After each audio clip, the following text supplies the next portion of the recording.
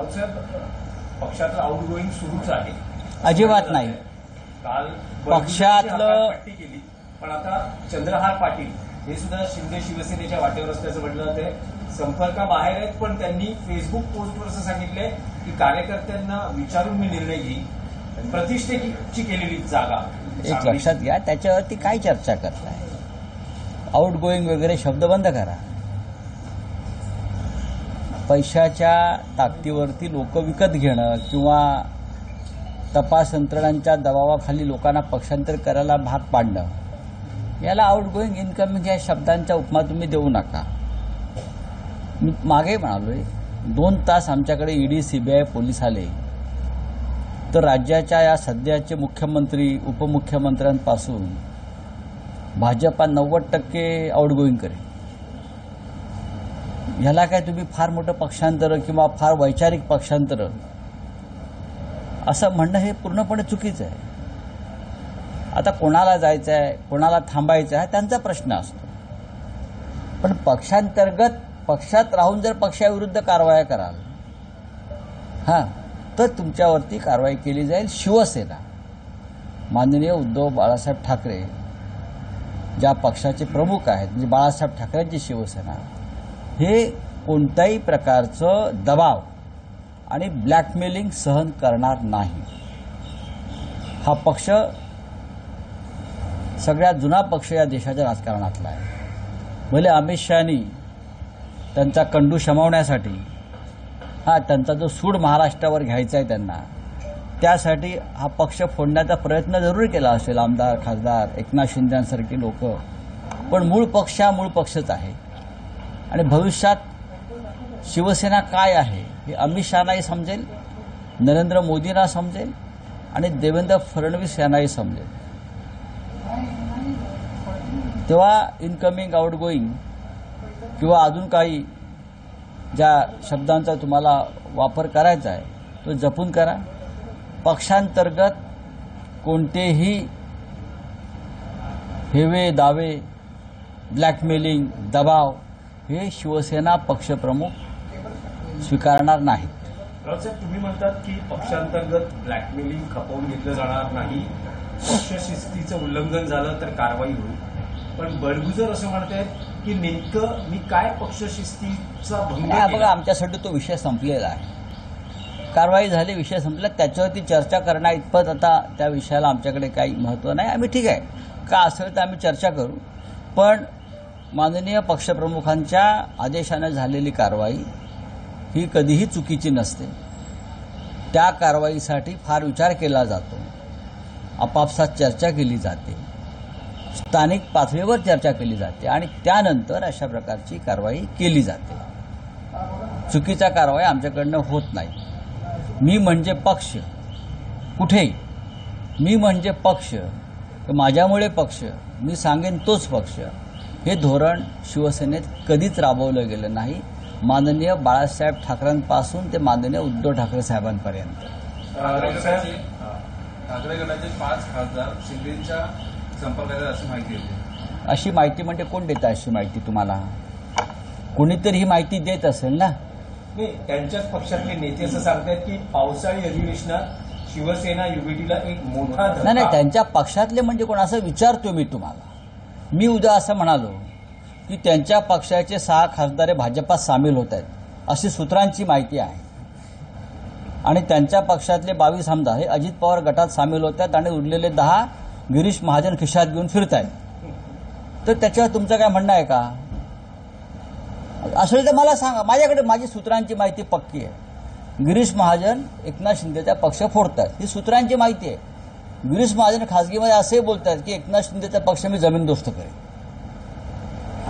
असं ते खासगीत फडणवीस आणि त्यांच्या चर्चा सुरू आहे सध्या. तर याच्यावर तुम्ही विश्वास ठेवणार आहात का? या एकनाथ शिंदेच्या पक्षाला नाही काम, बरं का? ती चालल्यात नाराज. नेहमीप्रमाणे त्यांना नाराजीचा रोग जडलेला आहे, तो काय त्यांचा दूर होत नाहीये. ते परत कुठेतरी गावाला जाऊन बसले. ही नाराज सेना आहे, लक्षात घ्या. या नाराज सेनेवरती तुम्ही काय देताय, लक्ष ठेवताय? कोण महाराष्ट्र केसरीला घेतला आणि याला घेतला आणि त्याला घेतला. याच्या पलीकडे ह्यांनी काय महाराष्ट्र हिताचं जनतेच्या हिताचं काही भूमिका मांडली आहे का आतापर्यंत? का राष्ट्रहिताची भूमिका मांडली आहे का? सांगा ना. बाळासाहेब ठाकरेंचं नाव घेता लाज वाटली पाहिजे तुम्हाला. या देशामध्ये नरेंद्र मोदी, अमित शहानी अराजक माजवलेलं आहे.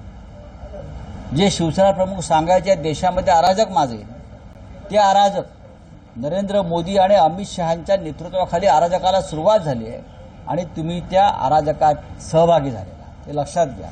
आणि हे माननीय हिंदुहृदय सम्राट बाळासाहेब ठाकरेंच्या नावानं राजकारण करतायत. रावसाहेब, तुम्ही अनेकदा गेल्या 2 महिन्यात अनेकदा असं म्हणालेलं आहात की राज ठाकरे, उद्धव ठाकरे एकत्र येण्याबाबत आम्ही सकारात्मक आहोत. तुम्हाला माहीत नाही, पडद्यामागे बऱ्याच गोष्टी घडतायत. पण त्यांच्या पक्षाचे नेते मात्र असं म्हणतात की असं काहीही सुरू नाहीये.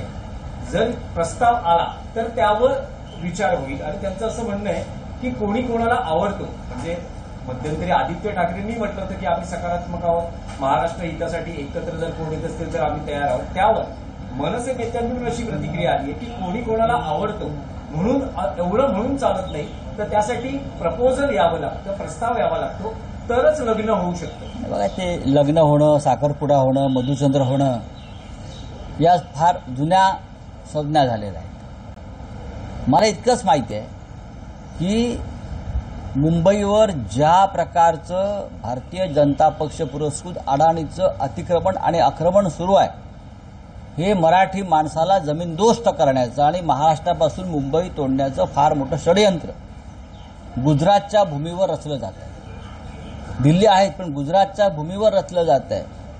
मुंबई तोडण्याचं आणि मुंबईतला मराठी माणूस कायमस्वरूपी उद्ध्वस्त करण्याचं. ही मुंबई 106 हुतात्म्यांच्या बलिदानातून मिळालेली मुंबई ही अडाणीच्या घशात फुकटात घातली जाते. फुकटात. सगळे भूखंड मुंबईतले प्रमुख, काल मदर डेअरीचा 18 हेक्टरचा भूखंड दिला, अख्खं धारावी दिलं. मला असं वाटतं महाराष्ट्राचं हित हे सरकार पाहत नाही, गुजरातचं राजकारणी पाहत नाही. त्याच्यामुळे ज्यांना ज्यांना महाराष्ट्र हितासाठी एकत्र येऊन हे आक्रमण थांबवायचं आहे, लढायचं आहे, ते एकत्र येतील. आणि त्याच्यामध्ये मला असं वाटतं की मराठी माणसाचा विचार घेऊनच राज ठाकरे यांनी एक स्वतंत्र संघटन उभं केलं. आणि अशा सगळ्या संघटनांनी, पक्षांनी, मग प्रकाश आंबेडकर जे असतील तेही या विषयावर बोलत आहेत. त्या सगळ्यांनी एकत्र आलंच पाहिजे, नाहीतरी मुंबई आपल्या हातात राहणार नाही. ती आताच आमच्याकडून खेचून घेतली जाते. आणि आपण जे म्हणतायत आमचे नेते काय बोलतायत, त्यांचे नेते, आमचे नेते एका सुरात बोलतायत. आमचे पक्षप्रमुख किंवा माननीय आदित्य ठाकरे हे एका सुरात बोलतायत की आम्ही सकारात्मक आहोत. याच्यावरती कोणी आक्षेप घेण्याचं कारण नाही. आमच्या भावना निर्मळ, स्वच्छ आणि स्पष्ट आहेत की महाराष्ट्र हितासाठी आम्ही कोणताही त्याग करायला तयार आहोत. नाही, पण सकारात्मक आहात इतकंच बोललं जात आहे, कृतीतून काही दिसत नाही. त्यांचे नेते असं म्हणत आहेत की हे फक्त दुरून डोंगर. त्यांचे नेते कोण मला माहीत नाही. भूमिका माननीय राज ठाकरे यांनी मांडलेली आहे आणि प्रतिसाद माननीय उद्धव ठाकरे साहेबांनी दिला, एवढंच मला माहिती आहे. त्याच्यामुळे तुम्हाला भविष्यात जे काय समजून घ्यायचं आहे ते या 2 नेत्यांकडूनच रितसर कळवण्यात येते की असा निरोप येईल. रावसाहेब, मध्यंतरी तुमच्या पुस्तकाचं प्रकाशन झालं आणि त्यानंतर मनसेतले प्रवक्ते, नेते आणि विशेषतः अनेकदा तुमच्यावर टीका, आरोप करू द्या ना टीका. संदीप देशपांडे यांनी एक फोटो ट्विट केला आहे. ते तुमचं पुस्तक वाचतायत, नरकातला स्वर्ग, आणि कॅप्शन आहे लपवण्यासारखं काहीही नाही. काहीच पुस्तकात सुद्धा काहीच लपवलेलं नाही. आणि माझा स्वभाव लपवण्यातला नाहीच आहे. अख्खा महाराष्ट्र हे पुस्तक वाचतो. एक लक्षात घ्या, मी 3 दिवसापूर्वी दिल्लीमध्ये होतो. मला दिल्लीतले अनेक प्रमुख नेत्यांनी फोन करून सांगितलं हे पुस्तक इंग्रजी आणि हिंदीमध्ये कधी येत आहे. इतकंच नाही तर दक्षिणेतल्या काही भाषांचे प्रकाशक सुद्धा हे पुस्तक त्या भाषेत काढू इच्छित आहे, तेलुगू आणि कन्नड आणि तामिळमध्ये. हे पण तुम्हाला मी सांगतो. आणि या पुस्तकाची मागणी ही प्रचंड आहे. या पुस्तकातलं सत्य प्रखर आहे आणि ते सत्य मांडण्याचा मी प्रयत्न केलेला आहे. त्याच्यामुळे हे पुस्तक माझे विरोधक सुद्धा वाचतील. संघाच्या कार्यकर्त्याने पुस्तक वाचून मला निरोप दिले, भाजपच्या काही आमदार खासदारांनी पुस्तक वाचून मला निरोप दिलेले आहेत. पुस्तक हे पुस्तक आहे. आणि त्याच्याकडे पुस्तक म्हणून पहा, साहित्य म्हणून पहा, बालसाहित्य म्हणून पहा, वैचारिक पुस्तक म्हणून पहा, बरं का, कादंबरी म्हणून पहा, नाट्य म्हणून पहा, हे सगळे साहित्याचे प्रकार आहेत. रावसाहेब, बंगळुरूमध्ये चेंगराचेंगरीत जवळपास 11 क्रिकेट रसिकांना आपला जीव गमवावा लागलाय, तर 50हून अधिक जखमी आहे. आणि यावर आता काँग्रेस आणि बीजेपीमध्ये आरोप प्रत्यारोप सुरू झाले. काही आरोप प्रत्यारोप करण्याचं कारण नाहीये. कुंभमेळ्यामध्ये सुद्धा चेंगराचेंगरी झाली आणि शेकडो लोक मरण पावली. गर्दी अनावर होते आणि नियंत्रण कोलमडून जातं. खरं म्हणजे लोकांनी सुद्धा शिस्त पाळली पाहिजे. एक लक्षात घ्या, प्रत्येक वेळेला सरकारवर टाकून चालणार नाही. लोकांनीही शिस्त पाळली पाहिजे. इतक्या प्रचंड गर्दीमध्ये शासकीय यंत्रणा कोलमडून पडते, हे जगभरात घडत आहे. दुर्दैव आहे की काल क्रिकेटच्या निमित्तानं ही चेंगराचेंगरी झाली. बोले आपका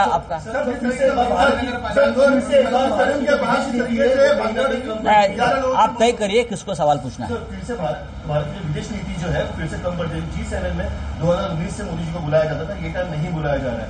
और मोदी जी का फिलहाल इस वक्त की कहानी दिखाई है कि जनगणना पे दिखाया जा रहा है. सिंधु पे बात ऐसी है कि जो आपका सवाल क्या है, G7 पे सब बुलाया. G7 पे जो राष्ट्र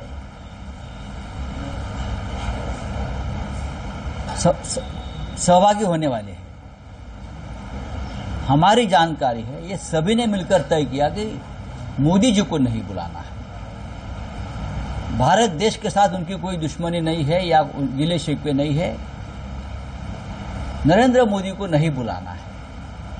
ये देश के लिए बहुत ही अपमानास्पद है कि इतने बड़े देश के प्रधानमंत्री को नहीं बुलाया जा रहा है और हमारे विदेश मंत्री के उसके ऊपर कोई टिप्पणी तक नहीं है. ट्रंप के शपथ ग्रहण समारोह में भी नहीं बुलाया, आपको मालूम होगा. अब विदेश से बड़े बड़े देश और बड़े बड़े सम्मेलन हिंदुस्तान के ऊपर बहिष्कार कर रहे हैं. ये हमारे विदेश नीति का और मोदी जी का फेल्यूर है, विश्वगुरु का फेल्यूर है. जहां जहां हमारे प्रतिनिधि मंडल गए या और कुछ आए, ये सब उसमें से बहुत से राष्ट्र पाकिस्तान के साथ खड़े हो गए, पाकिस्तान को आर्थिक मदद कर रहे हैं, पाकिस्तान को लोन्स दे रहे हैं. ये क्या हो रहा है? क्या ये हिंदुस्तान को नीचा दिखाने के लिए हो रहा है? नरेंद्र मोदी जी इतने शक्तिमान हमारे नेता है, इतने बड़े नेता है विश्व के. सारा विश्व उनके पीछे पीछे भागता है. बीजेपी वाले वो क्लिप दिखाते हैं कि मोदी आ गया और पूरे विश्व के नेता उनके पीछे भाग रहे हैं. मोदी के साथ क्या होता है, सेल्फी निकाल रहे हैं, मोदी के साथ खाना खा रहे हैं, मोदी के साथ चाय पी रहे हैं पुतिन. लेकिन पाकिस्तान को मजबूत करने का काम आर्थिक दृष्टया ये लोग कर रहे हैं और मोदी जी अब तक उसके ऊपर कोई हमारे देश को जानकारी नहीं दे रहे हैं कि ये क्यों हो रहा है. G7 तो है, लेकिन पाकिस्तान के पीछे एक आर्थिक ताकत खड़ी की जा रही है. ये बहुत ही हमारे लिए गंभीर और चिंता का विषय है. सर, चिन्ना स्वामी स्टेडियम के बाद इस तरीके से भगदड़ 11 लोगों की मौत होने से कौन जिम्मेदार है? देखो, जिम्मेदार कोई नहीं है. जिम्मेदार हम भी है, जनता भी है. हाँ, ओवर क्राउड हो जाता है, लोगों को भी समझना चाहिए. कुंभ में क्या हो गया? कुंभ में यही हो गया. जोरदार मार्केटिंग कुंभ की चली. चलो कुंभ, व्यवस्था क्या थी? ये तो क्रिकेट का कोई जीत गया, कोई टीम, तो लाखों लोग जमा हो गए. सरकार क्या क्या करेगी, ये भी कभी कभी सवाल पूछना चाहिए. पूरी यंत्रणा खत्म हो जाती है, इतनी भीड़ हो जाती है, वहां पुलिस लगे है, वहां सब कुछ लगा है, फिर भी ओवर क्राउड हो जाता है. तो और आप कोई नियम का पालन नहीं करती जनता, तो आप क्या कर सकते हो? सर, आदित्य ठाकरे ने कहा है कि सारे ऑपोजिशन के साथ में बीएमसी इलेक्शन लड़ेंगे. ठीक है, अच्छी बात है. चलिए, थैंक यू.